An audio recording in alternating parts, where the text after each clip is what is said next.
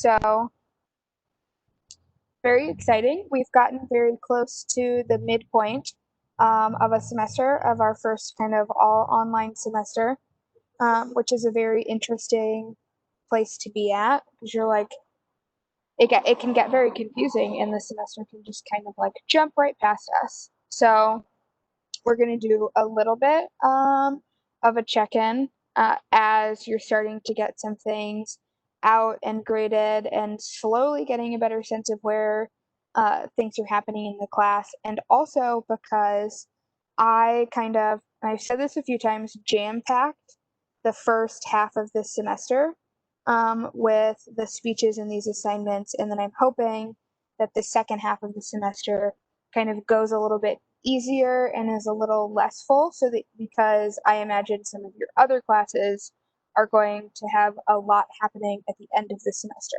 So my hope is that other than working on what's going to be this little like 5-page criticism paper, all you have to think about is posting and submitting one minute long video to me each week over the next 7 weeks.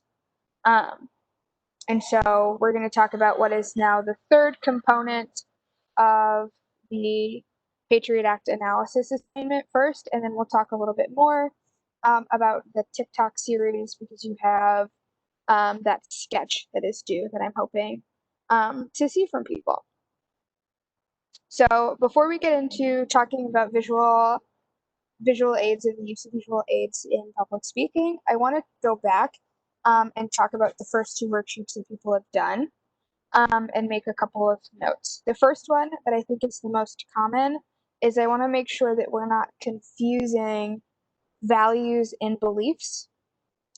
So values are those things that tend to be a little bit more abstract that we turn towards each other and ourselves, like trust, courage, a religion, right? Valuing Christian beliefs is something, but the beliefs are those statements, right? A belief that the world is a certain way, should be a certain way, ought to be something, right? Those are things that we believe in and our beliefs, and they tend to be a little bit more specific, whereas values tend to be these abstract ideas that we think of as like moral guiding principles in our lives. Those tended to get conflated or flipped on a bunch of people's worksheets, which isn't a big deal, but I want to make sure that those things are clear for everyone when it gets to writing that final paper. The second thing for those attitudes, values, and beliefs is I want you to remember that I'm not asking you to figure out what Hassan Minaj's attitudes, values, and beliefs are. I want you to be able to deduce specific things about the audience or what is the audience he is talking to based on the way in which he talks and what he kind of affords to himself.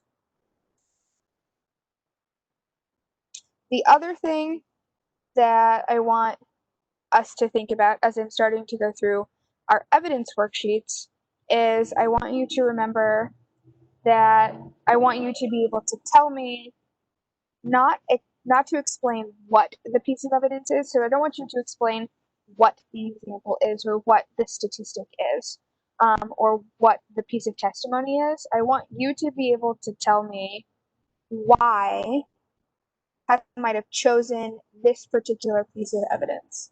Why does this statistic work in this situation? Or why is this a good analogy to use based on his audience, the topic, or other aspects of the presentation? Right? They kind of go together. I want us to be deducing and making conclusions and drawing conclusions about an audience and how and why we make decisions when we want to put a big persuasive presentation together. So this also kind of leads us into what we're thinking about today, which is visual aids and visual analysis. right? Because those are the parts of a presentation that we might actually take for granted the most. We just kind of assume that we know that these visuals are going to work, that this is a good photograph to use, that these are good um, bar graphs and whatever, right? But they tend to be, especially in today's culture, one of the most important parts of any presentation is there something visually striking? Does that image incite a reaction in our audience? Is it a clear, sharp, explanatory graph that we can go through and look to? And we want to be able to think of all of those images and visuals not as filler or fluff in the background, but as strategic choices that help amplify the words that we're saying. So, with that in mind, let's think about the episode a little bit. So, the episode you were supposed to watch for this week to be able to complete this worksheet is the real costs of cruises. So, for anyone who has started working on this worksheet and has looked at the episode,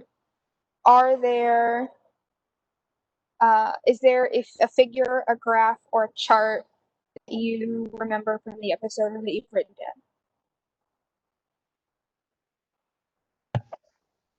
The pie chart with the three different companies. What was it? Let me go to the sheet. It says something about Yep. Carnival, Royal Caribbean, and Norway Cruise Line. Mm-hmm. Yeah. So at the very beginning of the episode, when he wants us to start talking about cruises, he pulls up this pie chart that shows the three largest companies. So why that into a pie chart? My reasoning was basically that lots of people go on cruises year round. They spend their money. So interestingly enough, so immediately after, so all of this happens right at the beginning of the episode. Immediately after you see the pie chart of the three major largest companies, there's a chart that shows the rising number of people who are going on cruises, that shows a very sharp incline over the last 5 or so years. So that chart that comes right after this pie chart would be the one to show the point that you're making. Okay.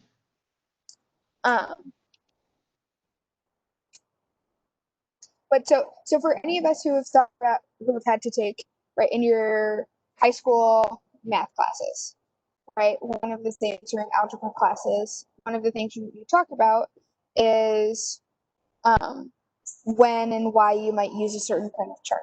So do you remember when you would use a pie chart versus a bar graph versus a line graph?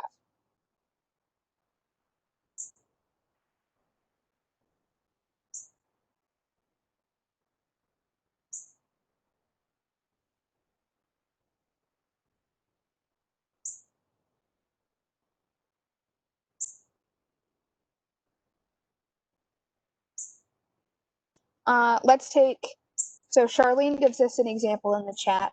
There's a graph comparing cruise ship incomes with the amount that they pay in taxes. So why might we want to see a graph that shows this? I was thinking that it really showcases like you can visually see how small of amount that the cruise ship companies pay in taxes versus like the large amount of income that they make. It really helps you to visualize that. Yes, exactly, right? So charts are, right, overall, one of the most important parts of using charts is it helps you visualize what would be complicated numerical data and information, right? You get a visual sense of it. So for this, right, situation, it means something for a speaker to tell you that cruise ships make millions upon millions of dollars, but pay less than thousands of dollars in taxes. Because to an average viewer who pays hundreds of dollars in taxes and not thousands of dollars, they're like, thousands of dollars is a lot of money. But when you put those graphs next to each other and you see the kind of sharp and stark differences, right? And one of the great things about bar graphs, for example, is that you can visualize very sharp differences in amounts of monies. Same things with line graphs, right? You can visualize sharp changes in time. So those are the things we want to think about, is why might he do that? What is the sharp change in time, and how might that be impactful? Or how is this comparison happening in a visual manner very visually striking and therefore more persuasive? So the next thing we want to think about, and the one that tends to be the most obvious, is we see photographs. He uses a lot of photographs throughout. What is one of the photographs that you might have identified?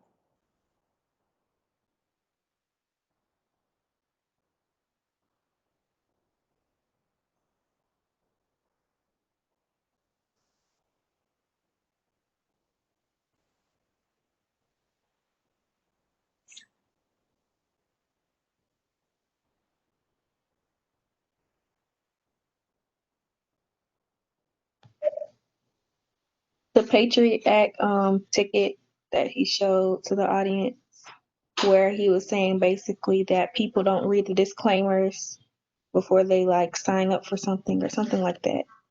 Yeah, absolutely.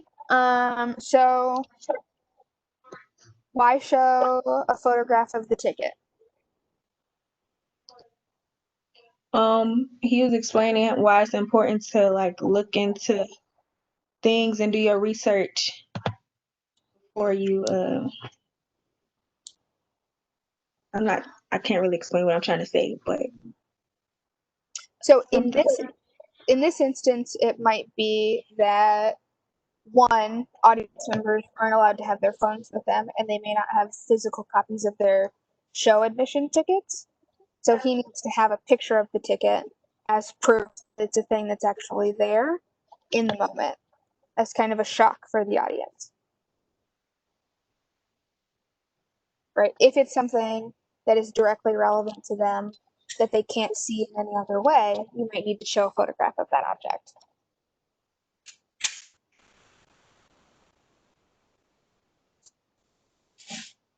Another one that's kind of funny is he shows a picture of Ted Bundy's house. Does anybody remember this moment in the episode?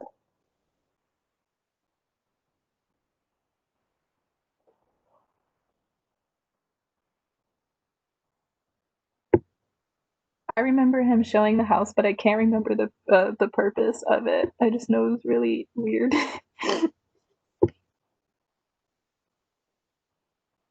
Yeah. So this is a moment in the episode. Yeah, so Jessica tells us he uses it to show how things always seem suspicious.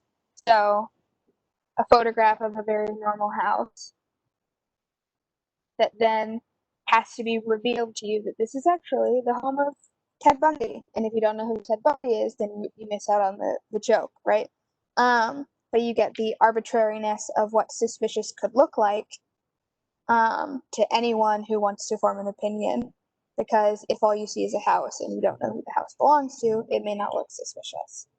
It also, photographs tend to be really helpful for the comedic moments throughout the show. One of the earlier ones that I really love is there's like an animated picture of cars smoking cigarettes when he's talking about pollution.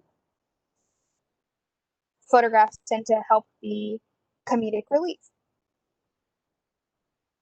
So the next aspect of visuals that we're kind of looking at are the use of video clips.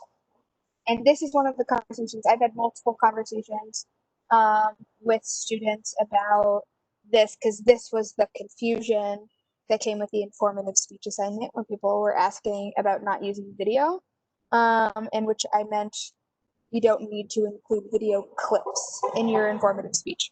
Not that you don't need to record yourself. So what is a video clip that he uses in the episode? He uses a video clip of a recruitment, like a cruise ship recruitment for crew members. Yeah. Yes. Why would he show that recruitment video? So right before that, he was talking about their unethical labor practices and how basically they're they're abusing their crew members. And then he says, like, can you catch to see if this blatantly says what we're gonna do to these people? And then it talks, and then they're like, can you work a 24-hour shift? They're like, it's all these crazy things. Are you punctual? Yeah. Yeah. And so the important part of that is for video clips, they tend to fulfill the you have to see it to believe it component of a future presentation, right? So Hassan is making a series of arguments about unethical behavior and activities that comes from recruitment and employees on cruise ships. And you're like, at first you're like, there's no way that someone can get away with this and actually convince people to work for them. And then he shows you a recruitment video, right? Or a job posting video in which it becomes so obvious, right? Which induces some shock because you're like, how actually could somebody do this, right? How could somebody get away with recruiting people in this way?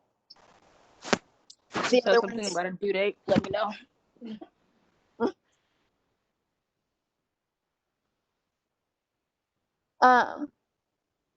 the other ones, right? You tend to see are the advertisements for the different cruise companies and also news and video clips, right, to show the real-time reporting of a lot of these behaviors. They help give you the you have to see it to believe it effect that comes from those specific examples.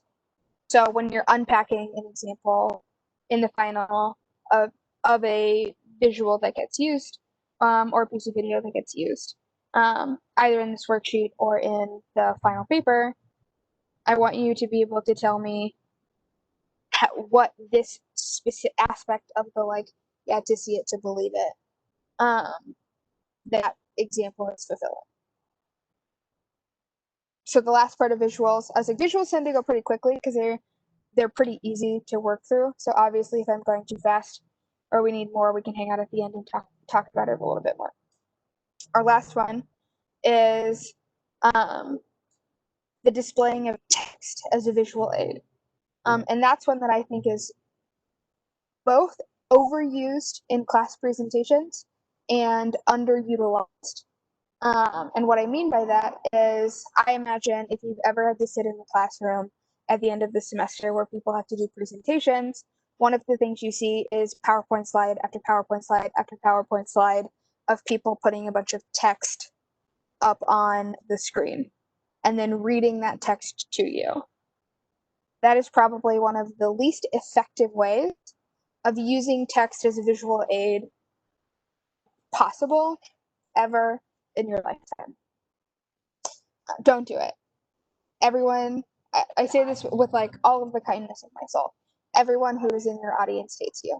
But not in like a mean way, just in a like they're very bored and are just reading. And annoyed kind of way. So instead, I want us to think about how do you use text as a visual aid in an effective way. So what is one of the times that he does this?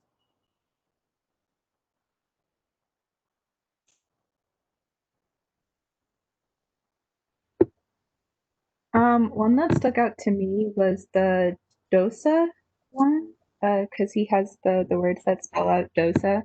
And I think that means the Death on the High Seas Act.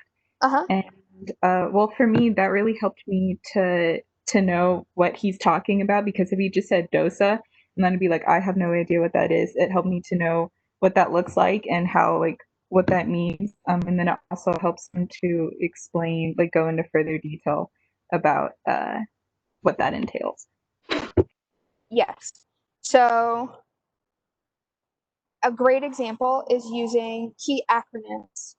And instead of him having to take time to explain the acronym to you, he can just put it up on the screen and break it down so that people see and hear what he's actually saying.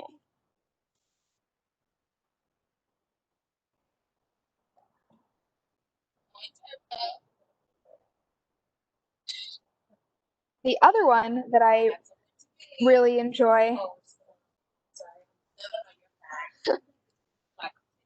the other one that works really well is when you see him citing his sources. Oh, there's a dog right next to me.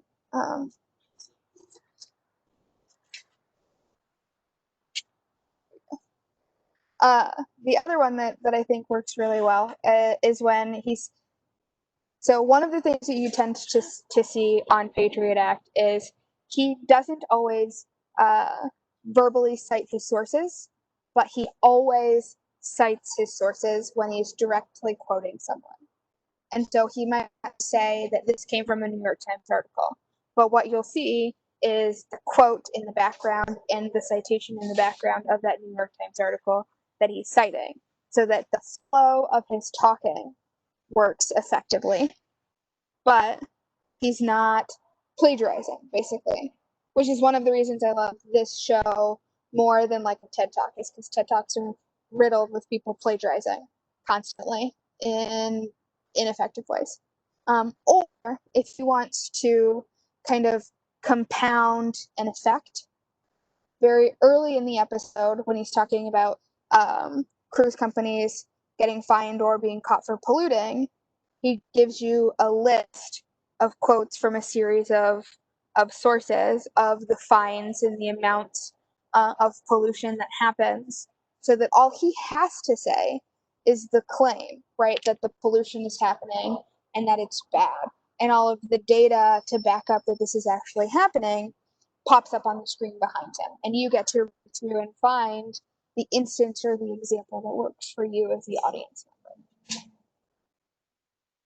So those are kind of the ways we've got. And then the last one is this kind of cool transitional moments that help you see that he's moving into his next point. This is one that was particularly effective for last week's episode when he was talking about the broken policing system, because every time he moved to one of his three kind of main points, you would see a transitional slide, basically.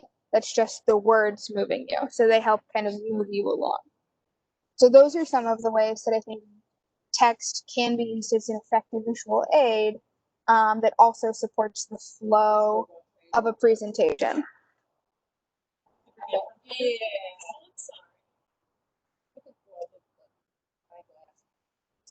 She did come here outside, so go.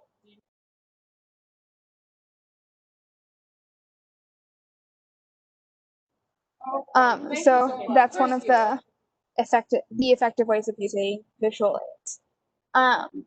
So as you're kind of working through and filling out the worksheet, that's kind of the thing that I'm looking for from you, is your ability to kind of think a little bit more critically about why might he have picked this image? Why might he have decided to put the graph together in the way that he chose to put that graph together, and moving into it. So if we have more questions about the visual aids worksheet, we can talk about those in a minute as we're concluding things down. I do want to take a moment one last time to talk in more detail about this TikTok series and where the kind of final remaining of our semester is heading. So if you haven't seen, in all of our sections, you should be able to see that the TikTok series module 4 is live on iCollege, and I'm kind of walking you through the logic of this assignment and how we're working through things. And so if you remember, for your informative speech, this should be the exact same topic, hopefully. If you're choosing to change your topic or feel like you need to change your topic, you should be sending me an email so we can have a conversation about what that's going to look like. But I want you to take what is hopefully the same informative speech topic in which we're looking at this social, political, economic, technological issue, and think about, now that we have an understanding of the background, of the information, of the controversy, of the moving parts of what's going on, right? Now that you've kind of proven to me that you know what the situation is and what the issue is, and the information for it, how do you now take a position, right? And in taking that position, build a short series that is social media friendly on that issue. So one of the great ones that I was talking to a student about this afternoon is they're very interested in thinking about issues of colorism in the media. And so one of the things we were talking about is, how do you use popular styles for social media creation to kind of pull specific examples? And so how do you unpack the tropes that get attached to colorism, or issues of representation in the media when it comes to colorism, through individual targeted examples? So whether you do it by movie to movie, or by a trope or figure of a character, or by a different type or instance of colorism, and move it through each of these examples. And so each episode is going to highlight an issue of colorism while also dealing with a specific topic in and of itself. So when I say I'm looking for something that kind of stands on its own, right, you have to be able to make a point. I don't want just like a part 7 story time video. What I want is a series of individual episodes that all work together and have a cohesive theme, essentially, right? A common theme. And so they all work together to build towards that big theme, while also being able to kind of stand on their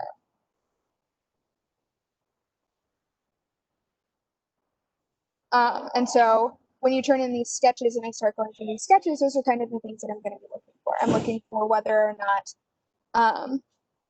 I see the thread of your main topic moving through what you think of as this sketch, and am I getting a sense of how each episode might work, both together and on its own? And then the last thing I'm kind of curious about is, are you thinking about how you might use social media trends to help make something more impactful? Because trends are one of the means by which you, if you choose or desire to actually post this on TikTok or on any social media platform, trends are one of the ways that you get increased activity, right? Bigger reception, and you build an audience.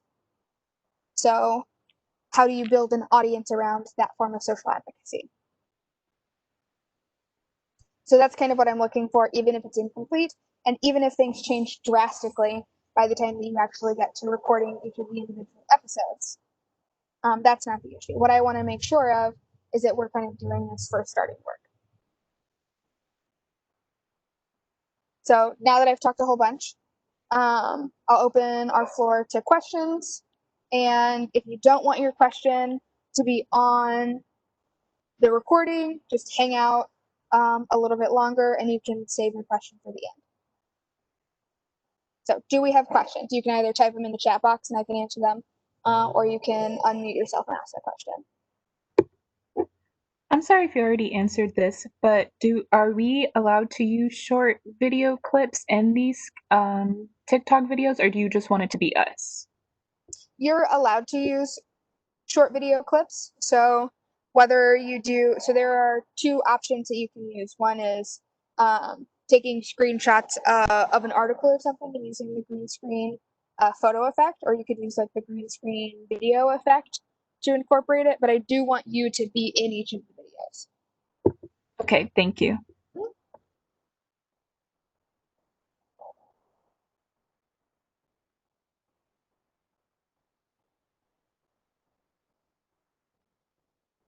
Also, if you don't have questions, this is where we're kind of done for the day. So I tend to do the recording until people either say, if you message saying you want to ask a private question, that you're hanging around. But this is the like, you can head out now. If you're good. We don't have to like include sources in the persuasive TikTok series, or do we? You do not. So that's a wonderful question. Also, if anyone knows anything about whether or not there is a class GroupMe and you want to respond in the chat, that would be great. I'm pretty sure on that very first meeting we ever did, somebody set one up. So somebody might know. So the primary reason that what is important to me is that the informative speech topic and the TikTok series topics be the same, is that I am not expecting you to use any kind of formal citations in this series. And so the informative speech topic, the informative speech was you showing me that you have done research. So if you decide that you need or want to change your topic, that means we will have to have a conversation about how you show me that you have done research on the new topic that isn't you redoing the informative speech, because we'll have to come up with some sort of alternative, because you are not required to cite your sources in the TikTok series. If you choose to do so, that's cool, and if you find creative ways to do so, that's cool.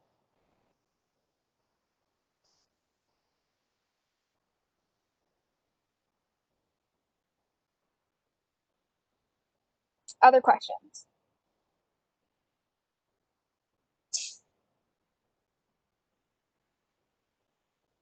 Or if you don't have questions, you are welcome to log out.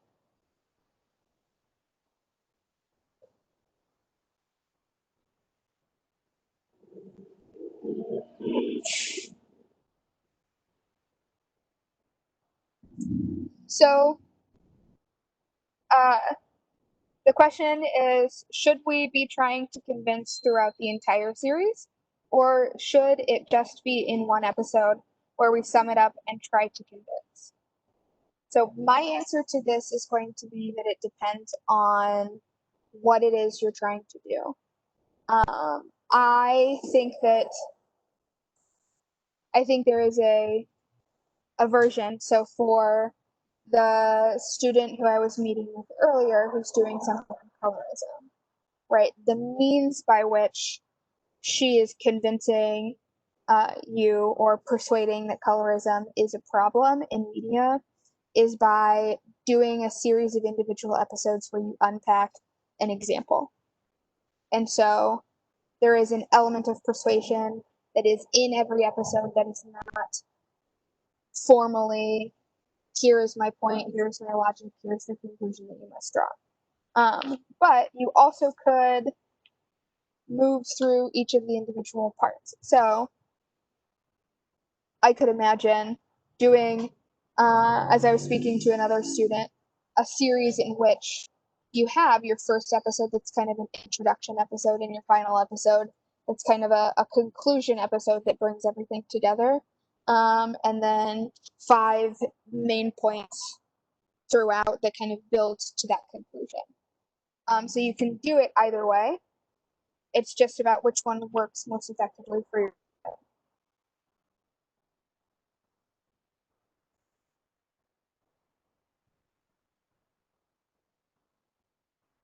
So if you were imagining like the last week's episode of Patriot Act, right, where he might have done an episode on shielding consequences, an episode on fear-based training, an episode on, and then each of the third thing, an episode on qualified immunity, right?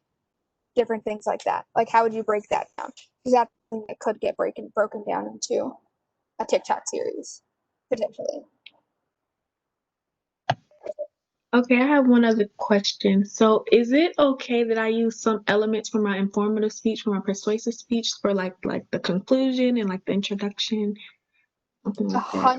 100% okay, because the constraints of the medium are going to require you to change the speech in significant ways, right? So what's not okay is for you to just repeat your informative speech as the TikTok speech. That just doesn't work and doesn't meet the assignment requirements.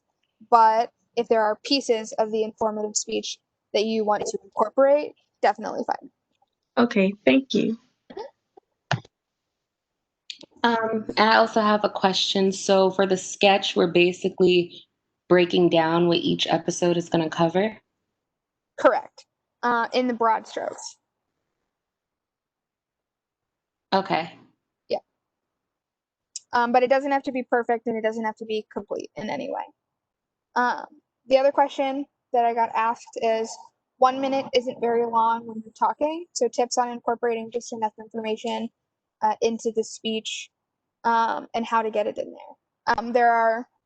So a couple of tips that I would give you for that are first, this is the constraints of the time limit is one of the reasons that I'm not expecting you to give detailed analysis. So one of the ways that you make 1 minute work effectively for you is by you being declarative and direct and using impactful statements. So you can be efficient and direct and make your point.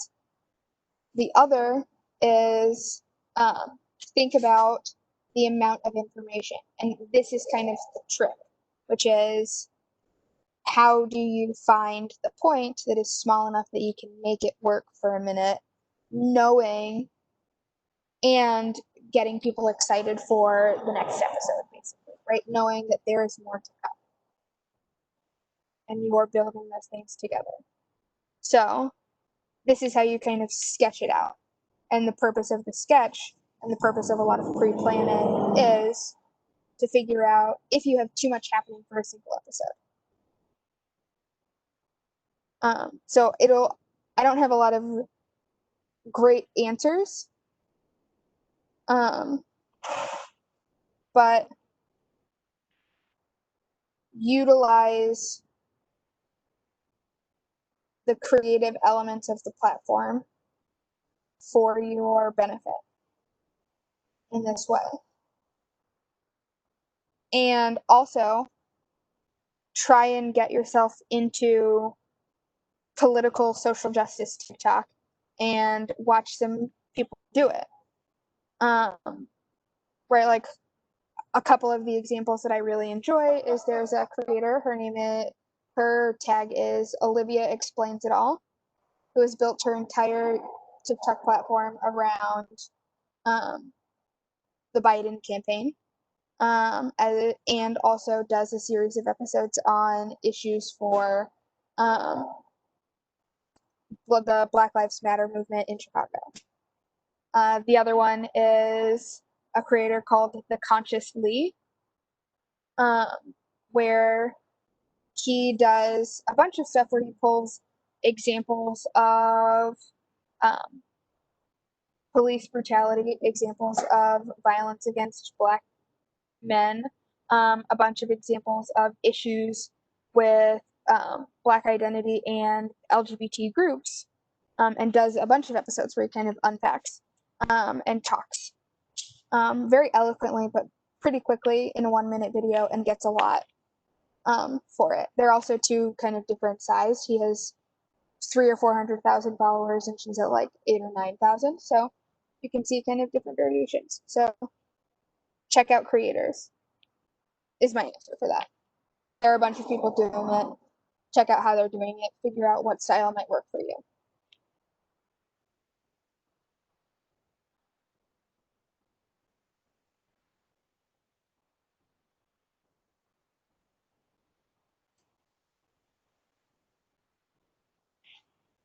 Other questions?